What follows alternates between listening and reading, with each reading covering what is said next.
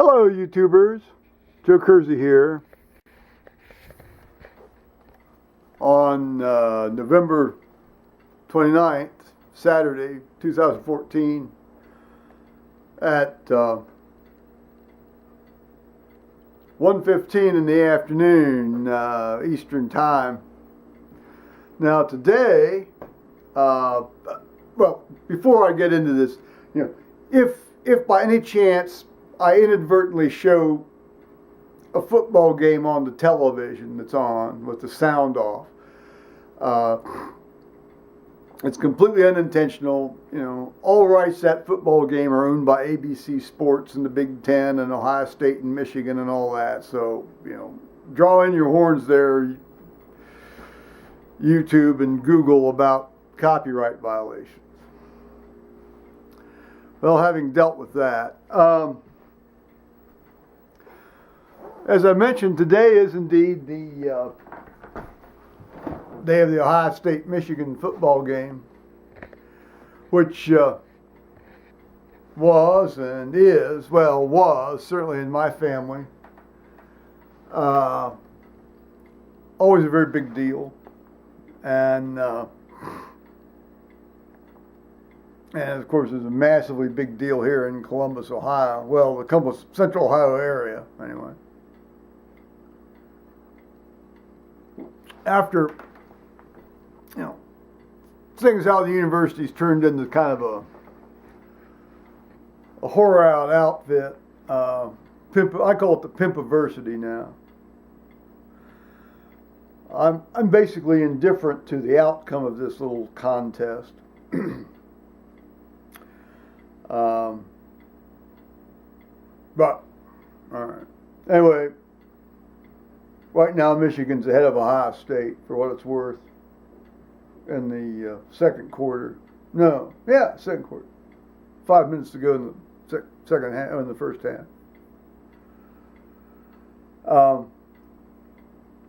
Interestingly, ABC has managed to find two people to do the broadcast that aren't completely obnoxious, although the colored guy's obnoxious. Most colored guys tend to become more obnoxious as the game goes on. Oh, Keith Jackson, where art thou?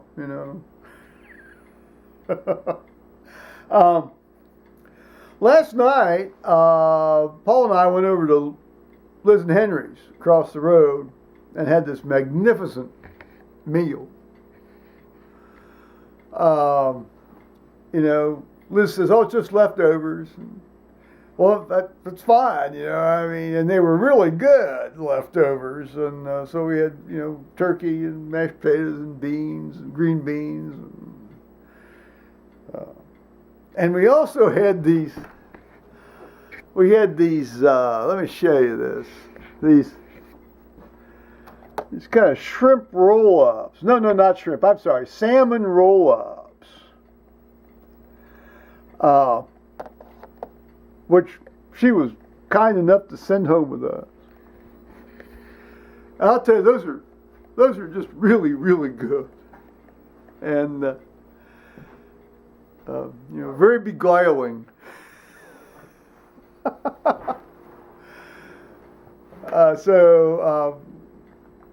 Then had a number of these wonderful Indian pale ales. Well, I think Christmas ale. It's not really, strictly speaking, a pale ale. It was a Christmas ale from Great Lakes Brewing up in Cleveland, Ohio, which I've been to their bar up there once, down along the Cuyahoga River, and it's really good stuff. So after Liz went to bed, then Henry and Paul and I retired out to the back sort of sunroom area, where they've got this gigantic TV, and we watched some of my YouTube videos, which the narcissist in me dearly loved. Unfortunately, after the fifth Christmas ale, I nodded off. But apparently, Paul and Henry continued on for another hour or so, and then I woke up and we went home. We got about 1:30 in the morning.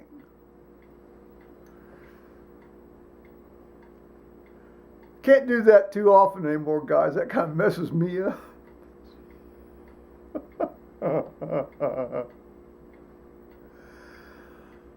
Oh gosh. Well, it's good stuff. I mean, it's wonderful, wonderful stuff, and it's so wonderful to go over there because they're both just you just love to talk to both of them, and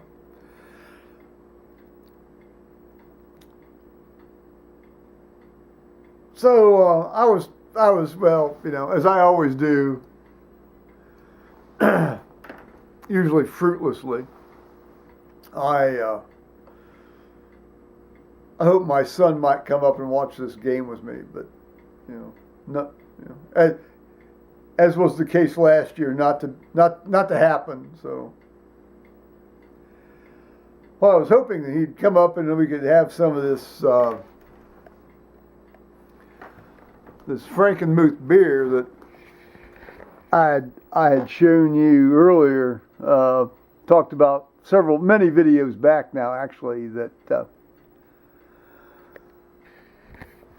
a friend of mine had brought back from Michigan when he had gone up to Michigan here earlier this summer, and I thought, well, we could have a couple of those and sort of reenact the moment when, well, no, maybe not reenact the moment. That would be taking it too far.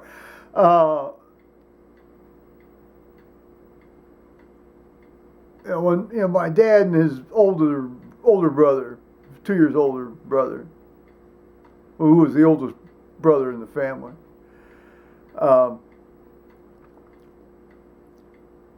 Let's see, Uncle Jack was around 44 at the time, I think, or 40. Yeah, 44. And this would have been in 1954. No, he was 46, so it would have been 1954. And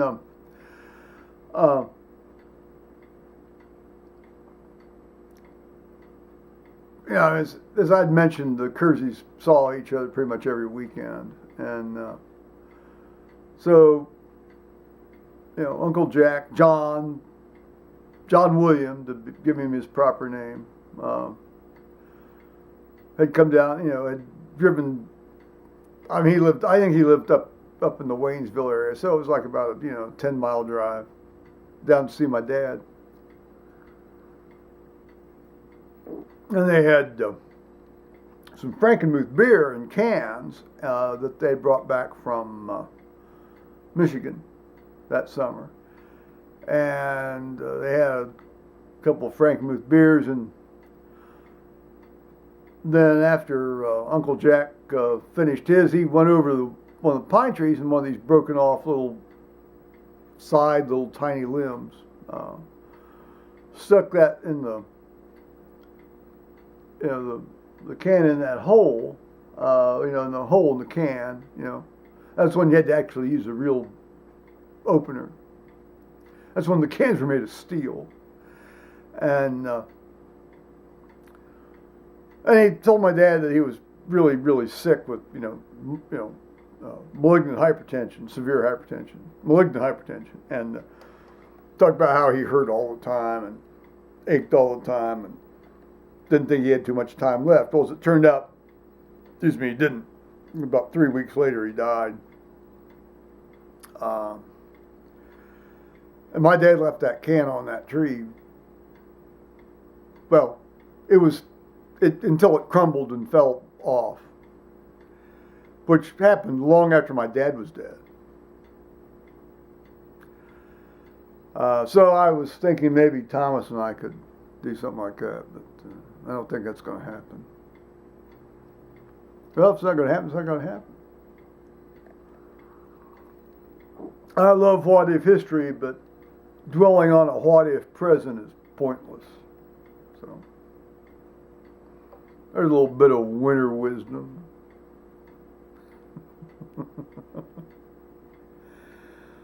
Oh gosh. Anyway, it was a great night last night, and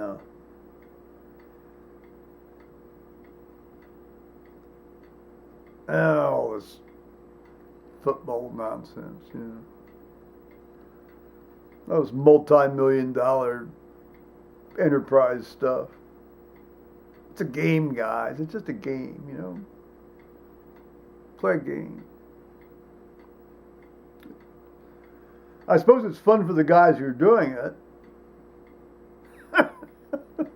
I never liked having my head hit or falling down.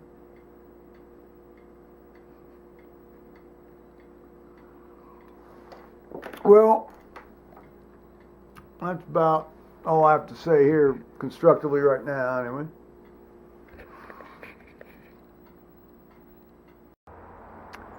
Well, it's warm. As you can see, it's warmed up here. We're about 46, 45 actually. Got to watch out for that parallax area there, guys. It's halftime. They're tied at 14. I wanted to come out and yak at you a little bit more. Since it's so nice out now. I guess it's going to be relatively warm tomorrow too, although it'll be raining, I guess, for the next couple of days. But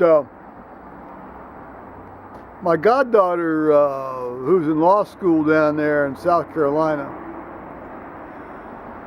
has got exams coming up here, I guess the first 3 weeks in December. I guess the first one is criminal procedure, and then the second one is torts, and then the last one is contracts. I guess she has that on December 12th, so that would be first, not quite 2 weeks of December. Well, I'm sure she'll be well prepared. I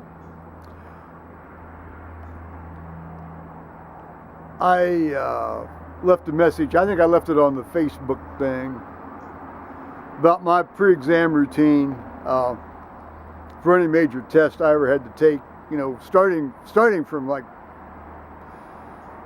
freshman in college all the way up to when I, you know, took my very last examination, at least written examination,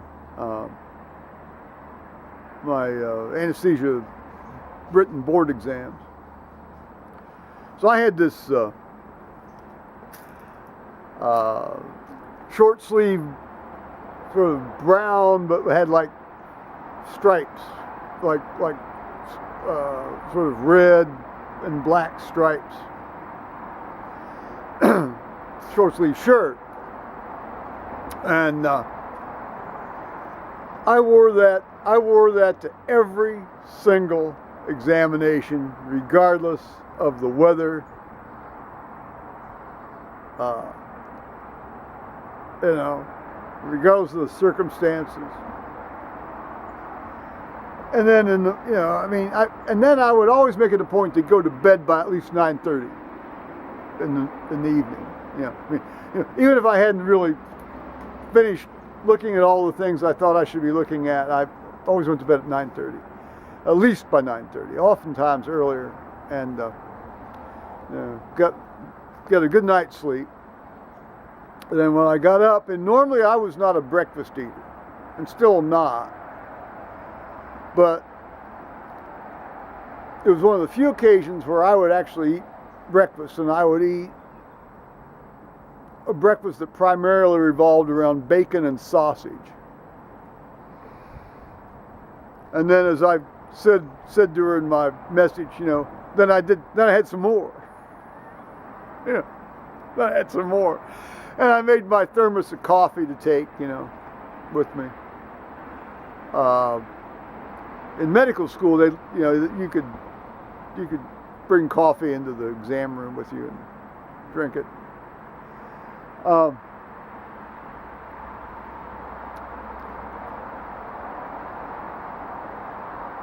And that, I mean, that always worked well. I mean, that served me well. When I took the state medical boards, these were exams. These were 3-day examinations, 8 hours for 3 days. And in our case, my year, 1975,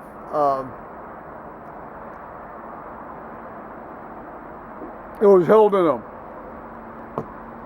hotel ballroom down at the now defunct Sheraton in central Columbus.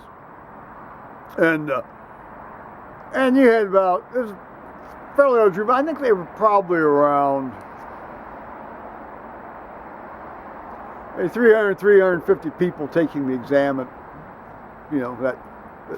that occasion. And you basically, you go in, you sit down, and they pass out the examinations, and then, you're told to start, and when they spread you out, there's at least always one space, on either side of you. And, it's just a long test, guys. It's a long day, it's 8 hours, you have a session of 4 hours in the morning and 4 hours in the afternoon, and, then you go home and come back and do it again, and then you come back and do it again, and,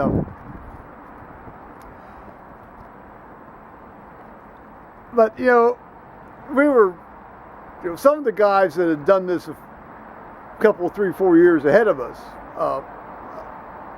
they had done it out at the state fairgrounds in one of the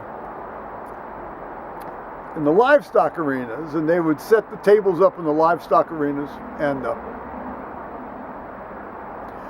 of course it was unair conditioned. At least this ballroom was air conditioned, because you're taking it in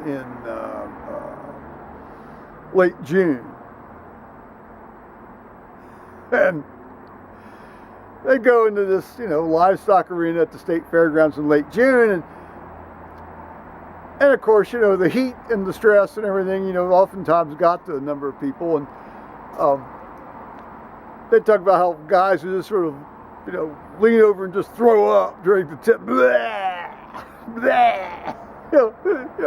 People throwing up all over the place during this test. Now, at some point, the state medical board caught on to this, and so they started putting a bucket at the end of each row of tables. So if you had to throw up, you went over you got up, you went over the table, and you threw up into the bucket. Then you went back and kept carrying on taking your test. I can't remember if there was a puke bucket at the Sheraton or not. Well, yeah, there were actually a couple puke buckets. I don't recall anybody using them, though. I mean, it was air conditioned, Actually, it was almost too well air conditioned for me. I don't like air conditioning.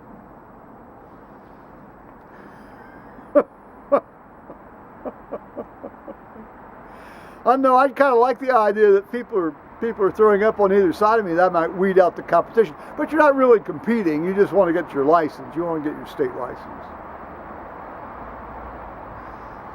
Anyway, I don't know. Maybe my goddaughter's exam room will have puke buckets in it.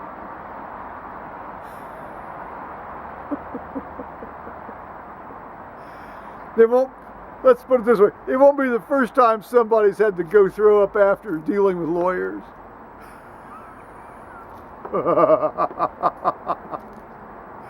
I'll tell you though, I've had a couple of good attorneys in my life, and I'll tell you, when you need a good one, you need a good one, and you get what you pay for, folks. So pay for it.